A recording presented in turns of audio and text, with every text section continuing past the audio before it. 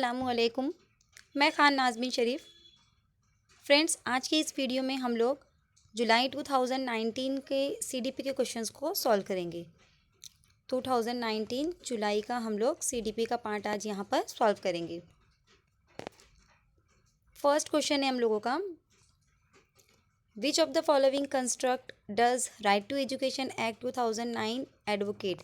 यानी जो 2009 में जो एक्ट बनाया गया था एजुकेशन से रिलेटेड, उसका क्या बेस था या उसमें क्या बताया गया था।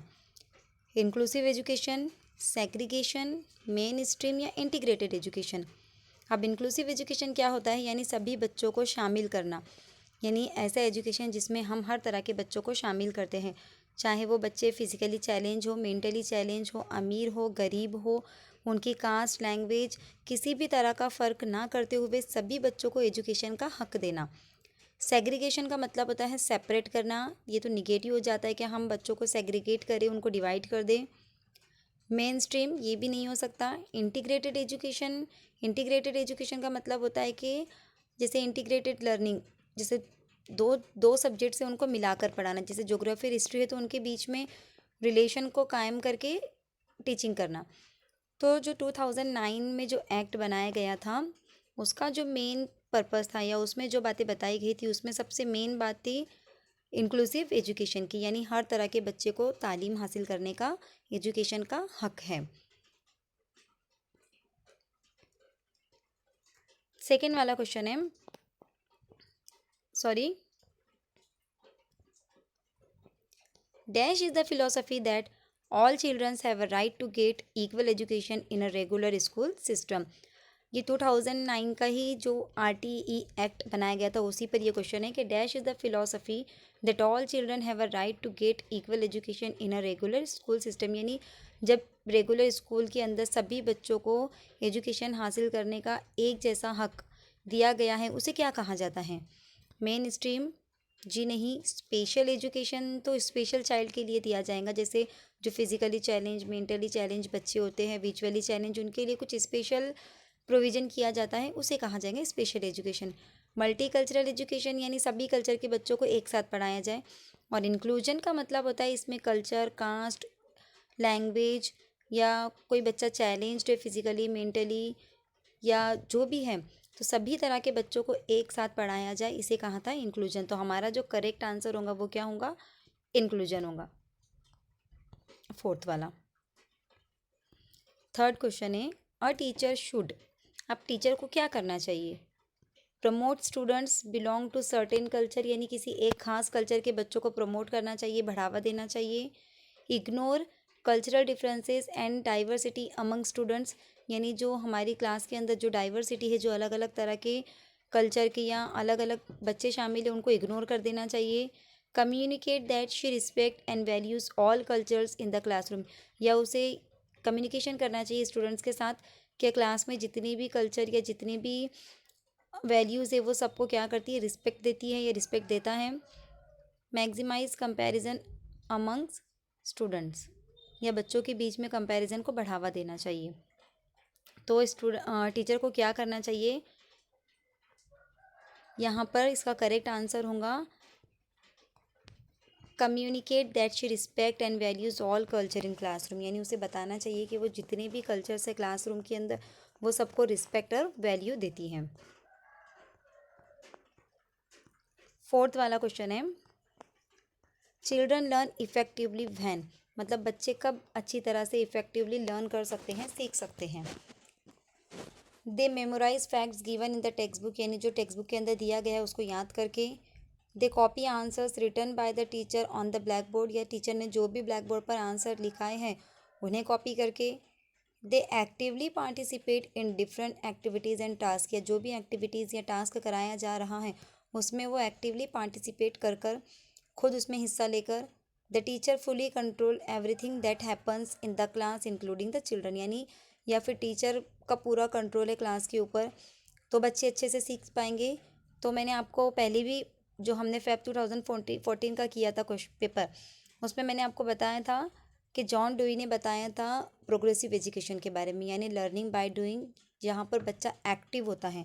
तो यहाँ पर इसका जो करेक्ट आंसर होगा वो होगा when they actively participate in different activities and task, यानी जब वो खुद करके किसी भी चीज़ को सीखेंगे तो वो बेहतर तरीके से सीख पाएंगे। फिफ्थ क्वेश्चन है,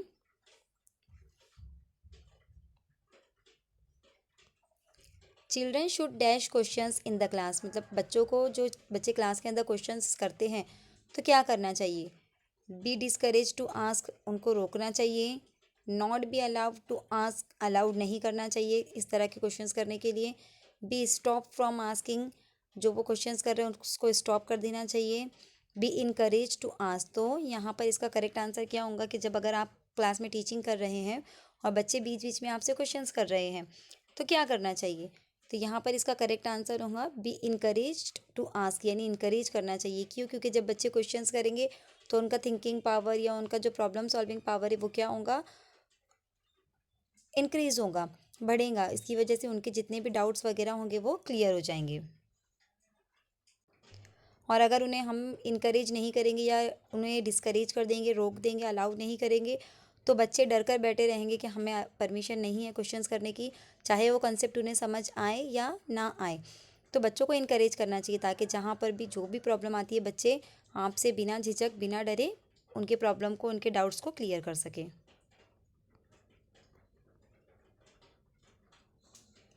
सिक्स क्वेश्चन है, which of the following is not a key process through which meaningful learning occurs, यानी ऐसा कौन सा प्रोसेस है जिसके ज़रिए मीनिंगफुल लर्निंग नहीं हो सकती।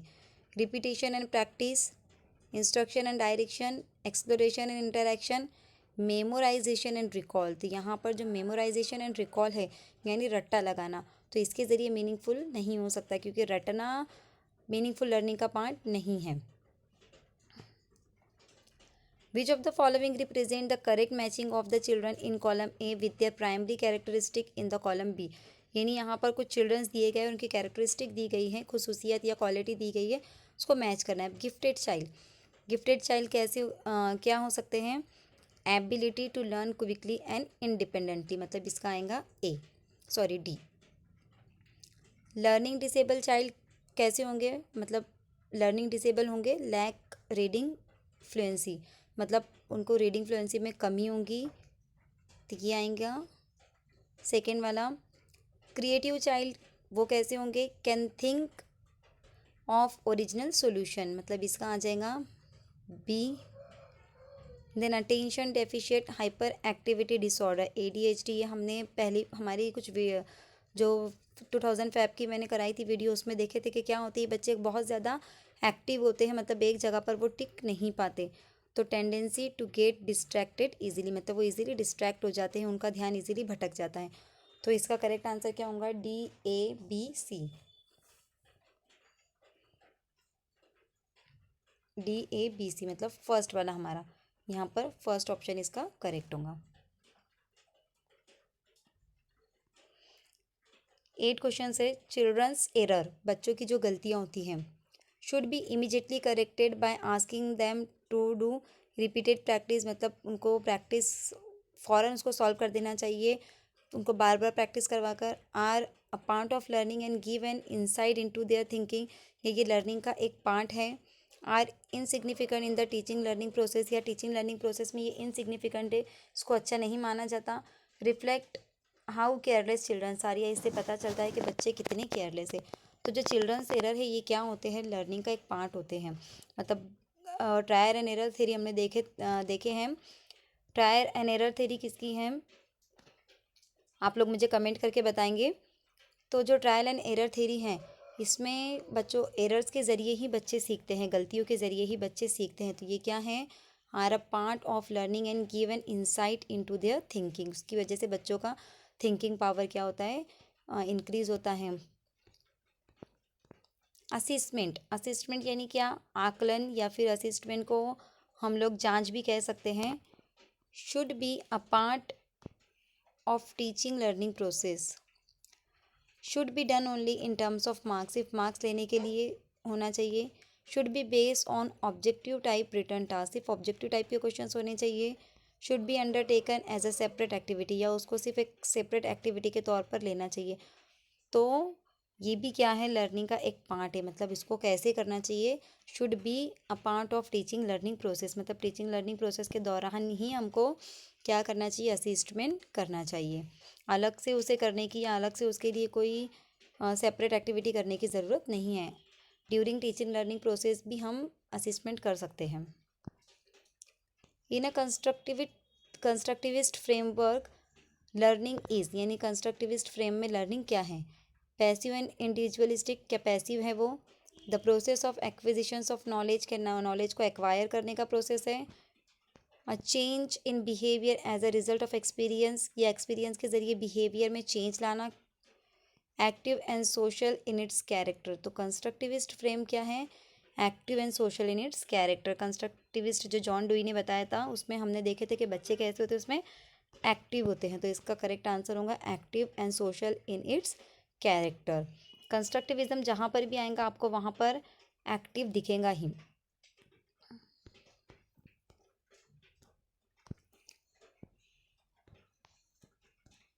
11 क्वेश्चन है, when teachers have positive beliefs about students and their abilities the students. मतलब जब टीचर को बच्चों की पर भरोसा होता है, विश्वास होता है उनकी एबिलिटीज़ पर, तब बच्चे क्या कर सकते हैं, become relaxed and stop putting in any efforts to learn. मतलब वो रिलैक्स हो जाएंगे कि नहीं, टीचर को हम पर भरोसा है तो अब हमें आगे कुछ और करने की ज़रूरत नहीं है, कोई भी एफर्ट्स देने की ज़रूरत नहीं है। या फिर बिकम डीमोटिवेटेड एंड स्ट्रेस, या उसकी वजह से बच्चे डीमोटिवेट हो जाएंगे या उनको स्ट्रेस आ जाएगा। या are not affected in any way, या बच्चों पर कोई भी किसी भी तरह का असर नहीं होगा।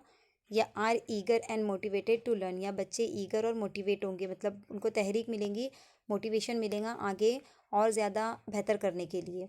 तो जब टीचर को बच्चों की काबिलियत पर, बच्चों की एबिलिटीज़ पर भरोसा होता है, बिलीफ होता है, तो बच्चे क्या होते हैं, मोटिवेट होते हैं, उनको मोटिवेशन मिलता है। तो are eager and motivated to learn.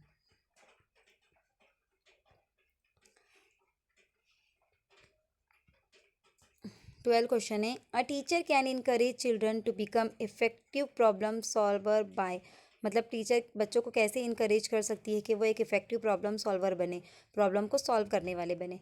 Giving them plenty of opportunities to answer similar kinds of question from the text book, यानी एक ही तरह के क्वेश्चंस उनको दिए, बहुत ज़्यादा बार दिए जाए उनके आंसर के लिए, ताकि बच्चे उनका आंसर दे सके। ये emphasising on rote memorisation of the information given in the text book, या उनको रोट मेमोराइजेशन कराएंगे, रट्टा मारने लगाएंगे। Encouraging children to make intuitive guesses and to look at multiple solutions to the problem, या बच्चों को जो क्वेश्चन है उसके मल्टीपल सॉल्यूशन, अलग अलग तरह के सॉल्यूशन करने या सोचने के लिए कहाँ जाएँ। या writing step by step solutions to all the question in the text book, या जितने भी क्वेश्चन है उसके सबके सॉल्यूशन टेक्स्ट बुक में जो दिए हुए उनको स्टेप बाय स्टेप लिखने के लिए कहा जाए।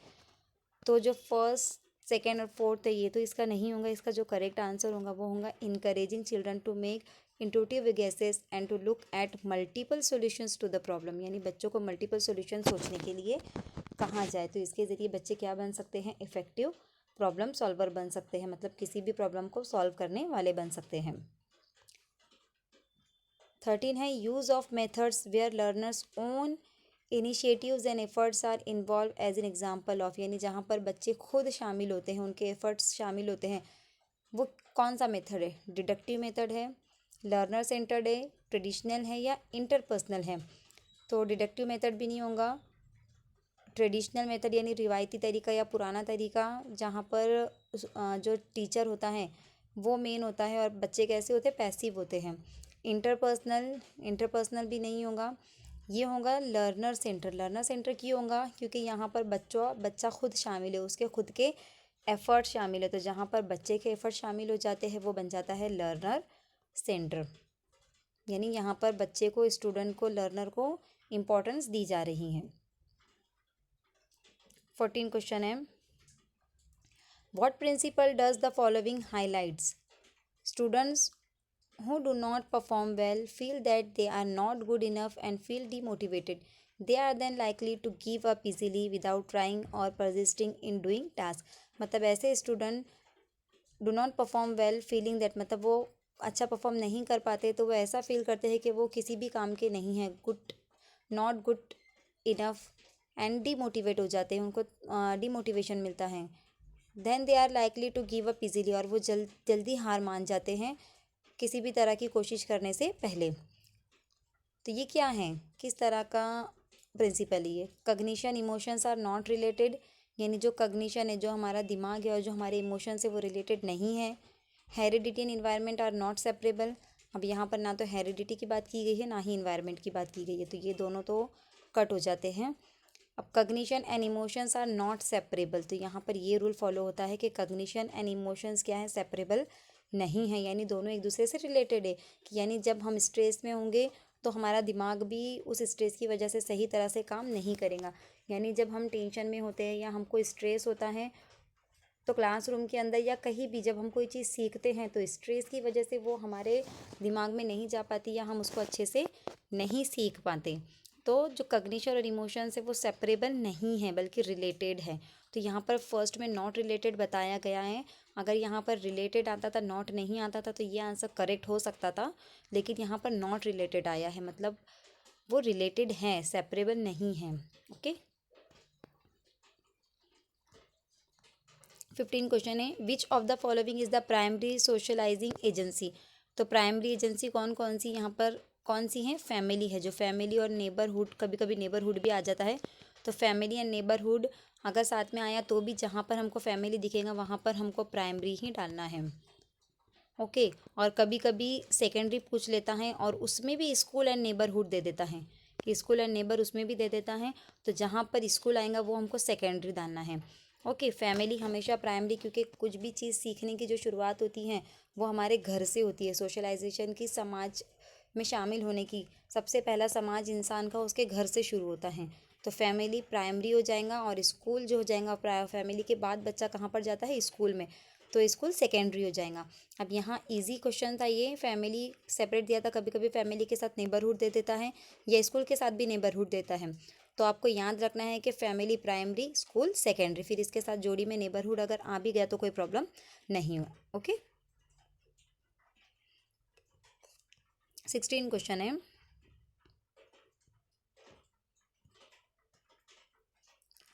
The major propositions of Jean पियाजे theory is that?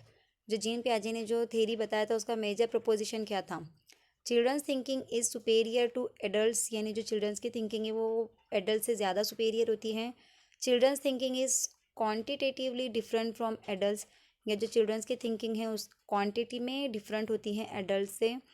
Children's thinking is qualitatively different from others, या क्वालिटीज़ में अलग होती हैं। या children's thinking is inferior to adults, क्या वो इन्फेरियर होती है, कम होती है एडल्ट से।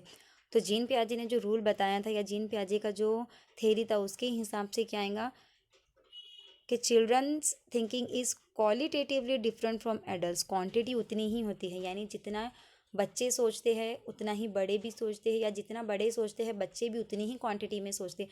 लेकिन सिर्फ क्या होता है, उसकी क्वालिटी चेंज होती है, यानी हम जिन बातों के बारे में हम सोचते हैं छोटे बच्चे उन बातों के बारे में नहीं सोचते। तो यहाँ पर आएगा इसका, children's thinking is qualitatively different from adults, यानी क्वालिटीज़ में अलग होता है, यानी सोचने का जो जो बातें हम सोचते हैं वो बातें बच्चे नहीं सोचते, और जो बातें बच्चे सोचते हैं वो बातें बड़े नहीं सोचते, बल्कि क्वांटिटी सेम होती है, उतनी ही तादाद में सोचते हैं, सिर्फ सोचने का तरीका या सोचने के टॉपिक्स जो होते हैं वो अलग अलग होते हैं। जैसे बच्चे खिलौने के बारे में सोचेंगे तो जो बड़े लोग होते हैं वो दूसरी बातों के बारे में सोचेंगे। ओके। देन 17 है, जेंडर इज एन, जेंडर क्या है? साइकोलॉजिकल एंटाइटी है, सोशल कंस्ट्रक्ट है, इकोनॉमिक कंसेप्ट है, या बायोलॉजिकल डिटर्मिनेंट है? तो जो जेंडर है, जेंडर यानी क्या, मेल और फीमेल का जो कंसेप्ट है, तो ये क्या है? सोशल कंस्ट्रक्ट है, मतलब समाज में ही बताया जाता है कि ये मेल है या फीमेल है, या लड़के और लड़कियों में जो फ़र्क है, या जेंडर का जो कंसेप्ट है इसको कहाँ पर बढ़ोतरी मिलती है या कहाँ पर ये कंसेप्ट को ज़्यादा बढ़ाया जाता है समाज के अंदर, तो ये क्या हो जाएगा? एक सोशल कंस्ट्रक्ट हो जाएगा।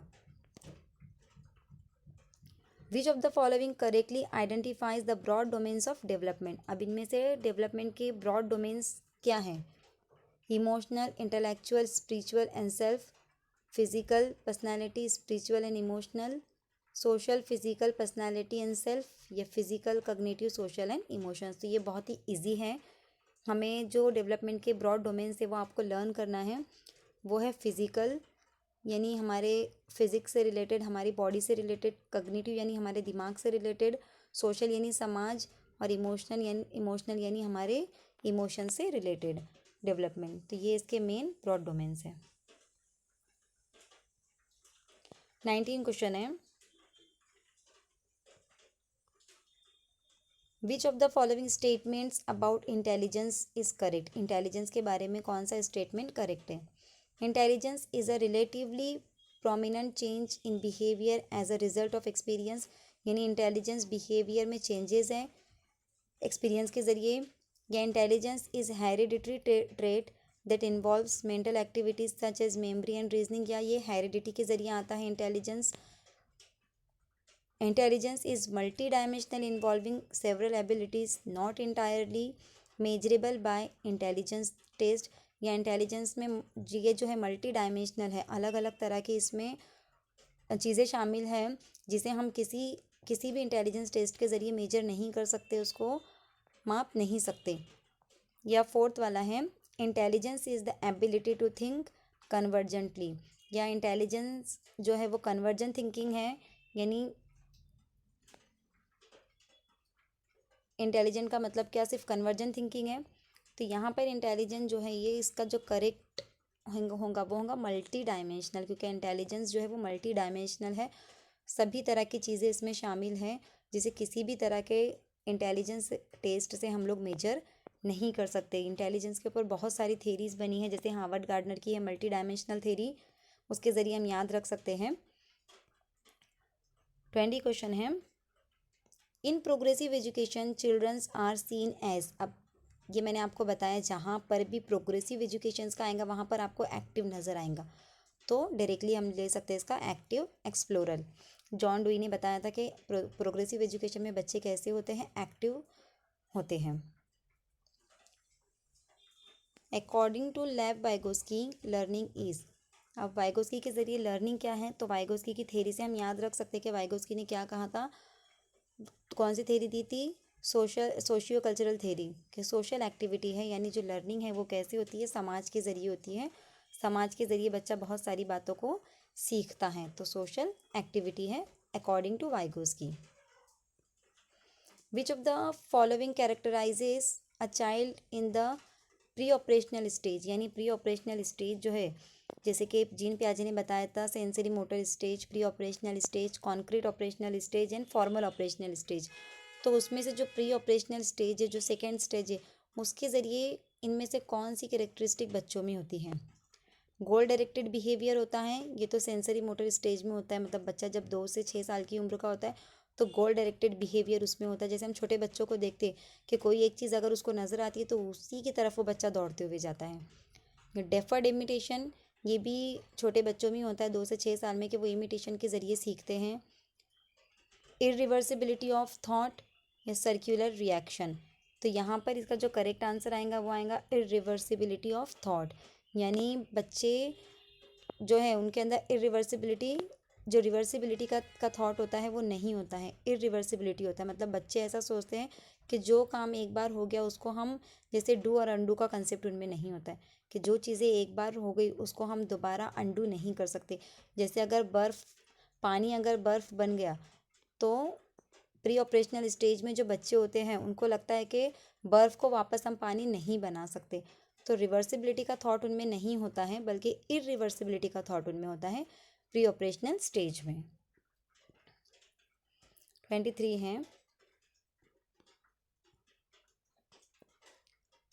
Which of the following statements regarding children and their learning is correct. अब बच्चे और इनकी लर्निंग से रिलेटेड कौन सा स्टेटमेंट करेक्ट है। Children's motivation to learn and their capability to learn is pre determined by their heredity only. Only जहाँ पर भी आ जाएगा उसको निगेटिव लेंगे। Children's socio economic background determines and limit their motivations and learning capability, यानी बच्चों का जो सोशियो इकोनॉमिक बैकग्राउंड है तो वो लर्निंग की कैपेबिलिटी को लिमिट करता है, या children's have to be rewarded and punish to make them motivated for learning, या बच्चों को पनिशमेंट या रिवॉर्ड्स देना चाहिए ताकि उनको लर्निंग के लिए मोटिवेशन मिले, या all children's are naturally motivated to learn and are capable of learning, या जितने भी बच्चे होते हैं वो नेचुरली मोटिवेटेड होते हैं किसी भी चीज़ को सीखने के लिए और कैपेबल होते हैं, काबिल होते हैं लर्निंग के लिए। तो यहाँ पर इसका जो करेक्ट आंसर होगा वो चौथा ही होगा, फोर्थ होगा, क्योंकि सारे बच्चे कैसे होते हैं, कैपेबल होते हैं, काबिल होते हैं।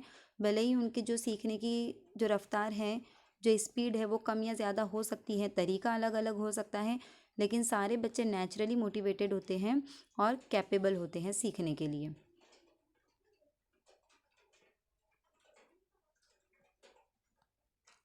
24 है, there are individual variations in the rate of motor development yet the sequence of motor development is from dash to dash, यानी जो मोटर डेवलपमेंट है तो सब इंडिविजुअल वेरिएशंस होते हैं, सबकी जो मोटर स्किल्स होती है, मोटर डेवलपमेंट होती है वो अलग अलग होती है।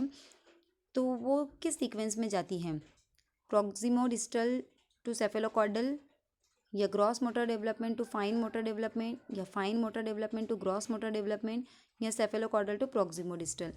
तो ये जो मोटर डेवलपमेंट है, ये मोटर डेवलपमेंट यानी क्या, जो हमारे जो मसल्स होते हैं उनकी डेवलपमेंट, तो ये कैसी होती हैं, ये होती हैं gross motor development to fine motor development, यानी जो पहले बड़े बड़े मसल से तो पहले उस पर कंट्रोल आता है, उसके बाद जो छोटे छोटे मसल से उस पर कंट्रोल आता है।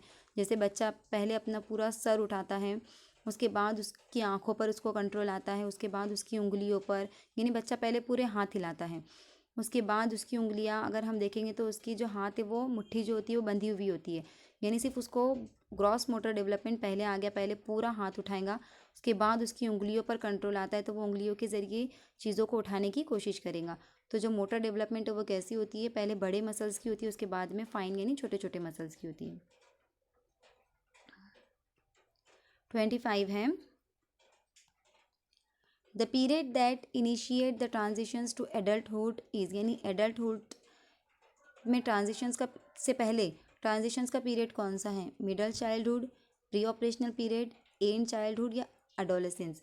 तो यहाँ पर जो ट्रांजिशंस पीरियड माना जाता है एडल्टहुड से एडल्टहुड में, वो होता है एडोलेसेंस, यानी ये चाइल्डहुड और एडल्टहुड के बीच का पीरियड होता है।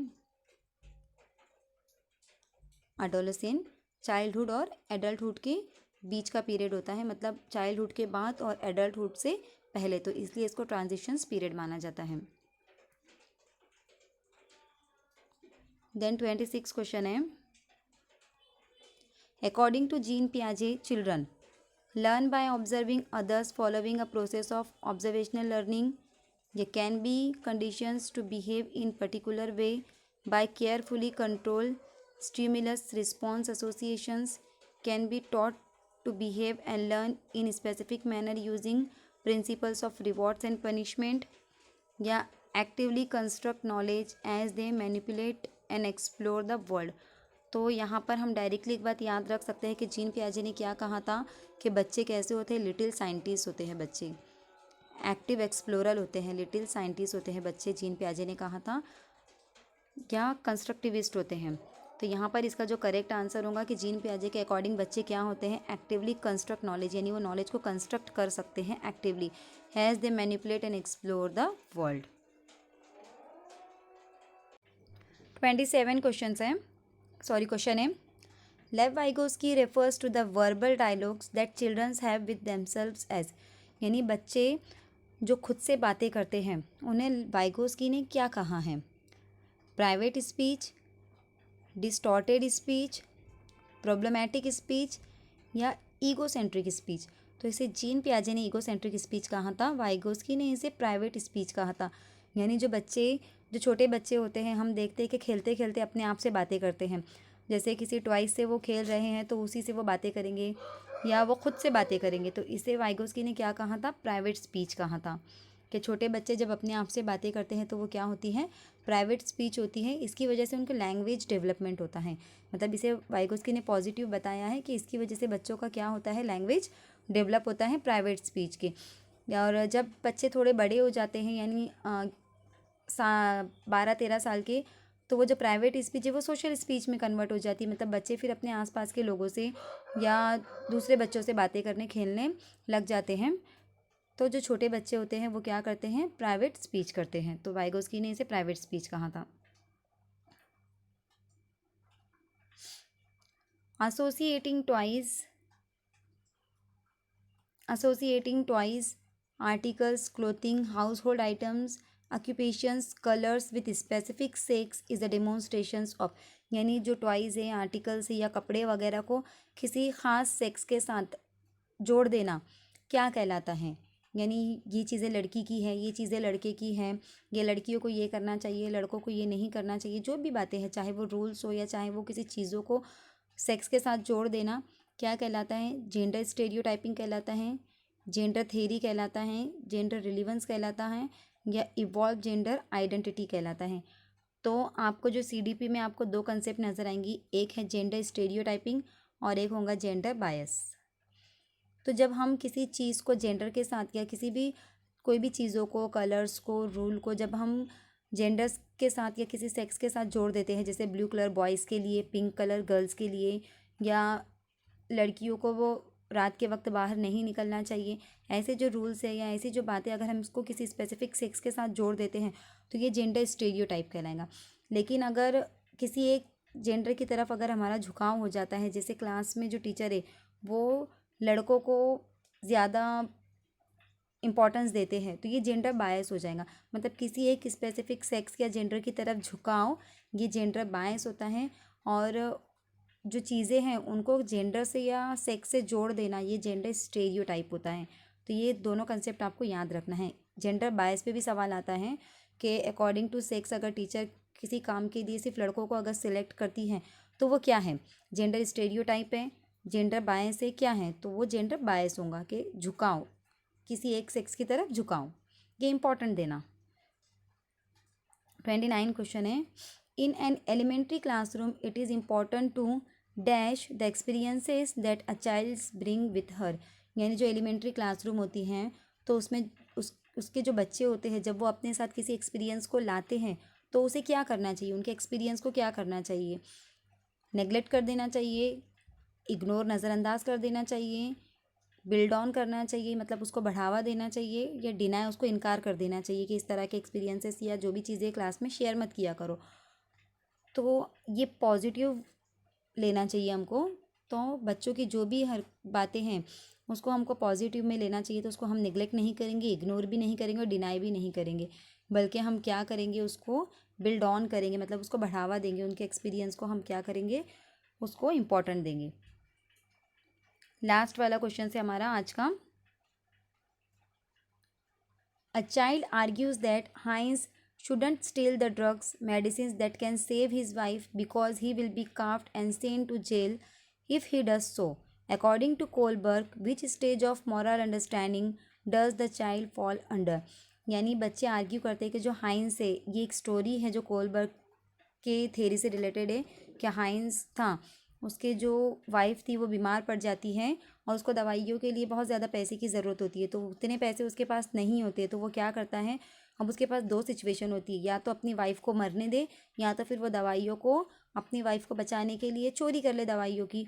तो उसको क्या करना चाहिए, ये सिचुएशंस जो है कोलबर्ग ने बच्चों के सामने बताई थी हाइंस के बारे में। तो बच्चे आर्ग्यू करते हैं कि हाइंस को दवाई चोरी नहीं करना चाहिए। क्यों? क्योंकि अगर वो ऐसा करेगा तो उसको जेल जाना पड़ेगा, उसको पनिशमेंट मिलेगी। तो कोलबर्ग ने जो स्टेजेस बताए थे, 3 लेवल एंड 6 स्टेजेस बताए थे उसने, तो उसके हिसाब से ये किस स्टेज के बारे में बात कर रहा है कि उसे पनिशमेंट मिलेंगी, तो उसे ऐसा नहीं करना चाहिए पनिशमेंट से बचने के लिए। हाइंस को दवाइयों को चुराना नहीं चाहिए। तो ये फर्स्ट है the social order maintaining orientation. यहाँ पर क्या सोशल ऑर्डर को मेंटेन करने के लिए उसे ऐसा करने से मना कर रहे हैं। द पनिशमेंट एंड ओबेडियंस ओरिएंटेशन, या फिर पनिशमेंट से बचने के लिए या ओबेडियंस बात को मानने के लिए। The universal ethical principle orientation, अब यहाँ पर किसी भी एथिकल प्रिंसिपल की बात नहीं की गई है। द इंस्ट्रूमेंटल पर्पस ओरिएंटेशंस, ये भी नहीं होगा। तो यहाँ पर पनिशमेंट की बात की गई है कि अगर वो दवाइयाँ चुराता है तो उसको जेल जाना पड़ेगा, मतलब उसको पनिशमेंट मिलेगी। इसके लिए उसको जो ओबेडियंस ओरिएंटेशन है, पनिशमेंट ओबेडियंस ओरिएंटेशन है, इस स्टेज के बारे में यहाँ पर जिक्र किया गया है। तो अल्हम्दुलिल्लाह जुलाई 2019 के 30 क्वेश्चंस हमारे कंप्लीट होते हैं सीडीपी के। नेक्स्ट वीडियो में इंशाल्लाह हम लोग किसी और पेपर को करेंगे। अगर आपको मेरी वीडियो हेल्पफुल लगी, अच्छी लगी, तो please like, share and subscribe करना ना भूलें। अल्लाह हाफिज़।